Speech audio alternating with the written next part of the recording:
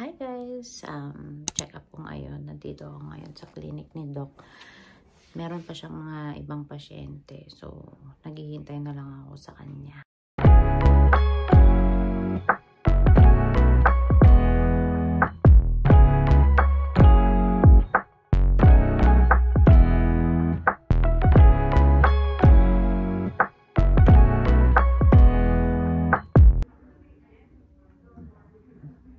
How have your blood pressure's been at home? Baby's moving in there for you? Yeah. Okay, so at your next appointment, we're going to do something. Remember your GBS swab. I'm tired already. I told my husband it's that every year I get. Good, you're measuring perfectly, just where you should be. I have a lot of scratches. Yes, you find it quite itchy there. It could be something called POTS, like a rash of pregnancy. Perfect. 155 today. Very good. Very normal. I think he's awake. Yes. He is. So we're gonna see each other in 2 weeks. Okay. Okay na. Thank you, Doc. So, hi guys. Tapos na ako mag-check up. And then, ang balik ko is December 27 na. After 2 weeks na. So, mabilis mabilis na yung mga check up ko. So, sabi ni Doc is next check up ko is merong swab something kung merong bacteria or anything sa yung papunta doon sa cervix ko ba? Basta ganun. Yeah, so yeah, mabait si Doc. And then now pupunta lang ako ng Seafood City, bibili lang ako ng gulay kasi wala akong gulay sa bahay. Kailangan akong bumili ng gulay kasi na-miss ko na maggulay. So, let's go, guys. Dito na ako Seafood City, guys. Sobrang lamig ngayon. Ayan. Mamili tayo ng gulay. Grabe, sobrang lamig. Whew! Nangangagat yung lamig. Kaya, pag ganito, dapat mabagal lang sa paglalakad kasi yung ibang part ng kalsada or yung daanan ay nagiyelo. Ayan, dito na ako. Kuha lang ako ng card. Seafood City brings you SFC Plus, the global Filipino advantage. Bili ako ng sitaw. Yung konti lang kasi ayaw ko nabubulukan. Palaya. May malunggay. $2 lang. Onion. Ito onion.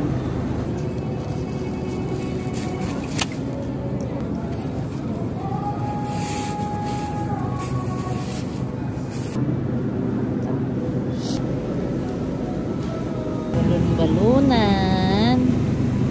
Ito siguro. Liver. Wala akong manok eh. Ayan guys, may Goldilocks din dito pero ang mahal. Ito yung favorite ko. $7. Ba't ganyan? So, hi guys, andito na ako sa sasakyan. Sobrang lamig. Kasi malamig talaga na malamig. Whew! Ito na, nakabili na ako ng mga gulay at saka mga manok kasi nga wala na kaming manok sa bahay. So ito, uwi na ako para makapagluto na ako ng lunch. Kasi andun si mama sa bahay. Baka gutom na si mama. So, let's go. Napakahirap kumilos talaga pag ganito. Sobrang lamig. Ito ang scam dito sa Canada. Kasi, pag maaraw, yun ang sobrang lamig.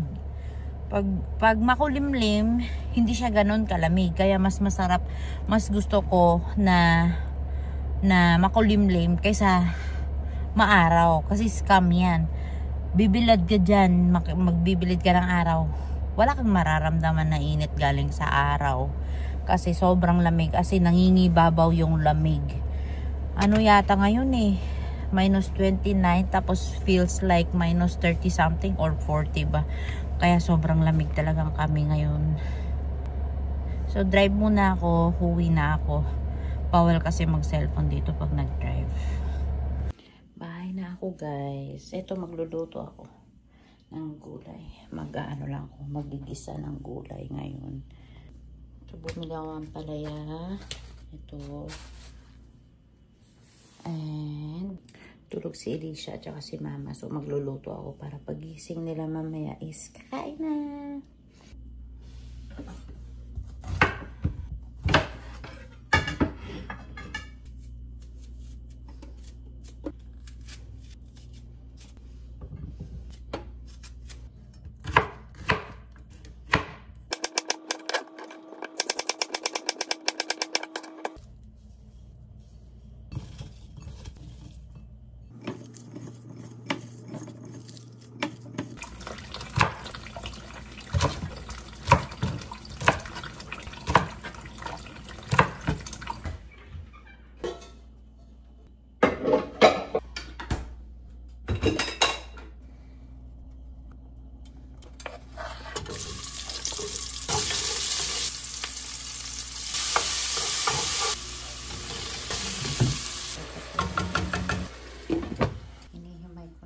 Malunggay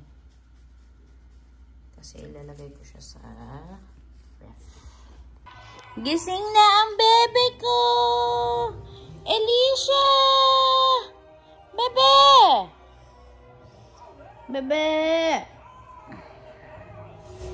Mahaba sleep niya, no? Mahaba sleep ng bebe na yan, no?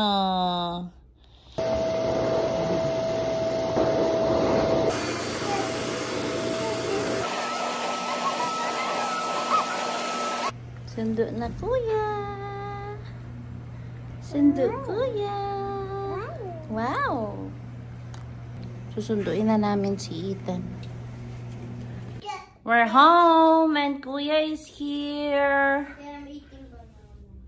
And Elisha. Hi. Sundo namin daddy later. But someone is sleepy. Are you sleepy? Are you sleepy? Yeah. Pag kami ni Kuya ng Mary na movie sa Netflix. Maganda siya guys. If you're a Catholic or interested to watch this movie, maganda siya. Kakashow lang niya sa Netflix. Ang title niya is Mary. And Kuya Ethan loves it so much. Kuya, di ba? Yeah. Guys, dito na kami ngayon sa work ni Daddy. Kasama ko yung mga bata. Si Ethan, si Elisha is nag-sleep. So, ano pa, 6:40, so 6:45, mga mamaya-maya, lalabas na yun si Daddy. So, wait na lang namin siya and then uwi na kami kaagad. Nagugutom na ako, guys. Di na kasi ako masyado talaga kumakain kasi parang tumataba na yung anak ko sa tiyan. And yeah, almost due date ko na mag 8 months na ako ngayong next week. 8 months na ako next week pero nagda-drive pa din. Ganito din ako nung kay Elisha, nagda-drive pa din. Mabagal lang, kaya naman mag-drive kahit na malaki yung tiyan ko. Basta as long as hindi naiipit yung tiyan ko sa seatbelt. So, it's okay. Hindi naman siya ganon kahirap. Basta mabagal lang. And yeah, kaya kong pang puntahan kahit saan. Kaya ko pang magpa-check up ng sarili ko. Kaya ko lahat. As in, kinakaya lahat. Kaya ko hatid si Kuya sa school. Hatid sundo siya ni Mami kasi hindi siya pwede sa school bus kasi malapit lang daw kami masyado sa school.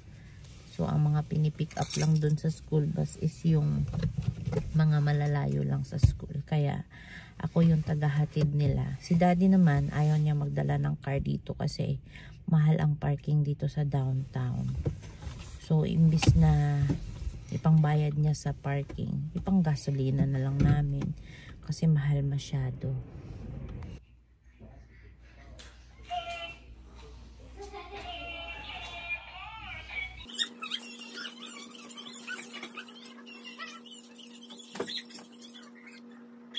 Ayan ang BP ko. Nandito na kami sa bahay, guys. Nakauwi na kami. Nakakain na din kami ng dinner.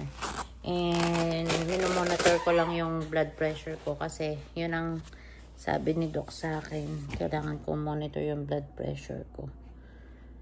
But everything is normal. Yeah. Elish! Tumatay si kuya. Bakit ka umiiyak? Ha? Oh. Oh. Bakit? Where's daddy? Where's daddy? Huh? Where is daddy? Where is daddy? Hanggang dito na lang, guys. Salamat sa panonood ng aming mga vlog. Don't forget to subscribe, like, and share or comment your any suggestions or any mga comments niyo sa aming vlog. And yeah, good night. Bye-bye.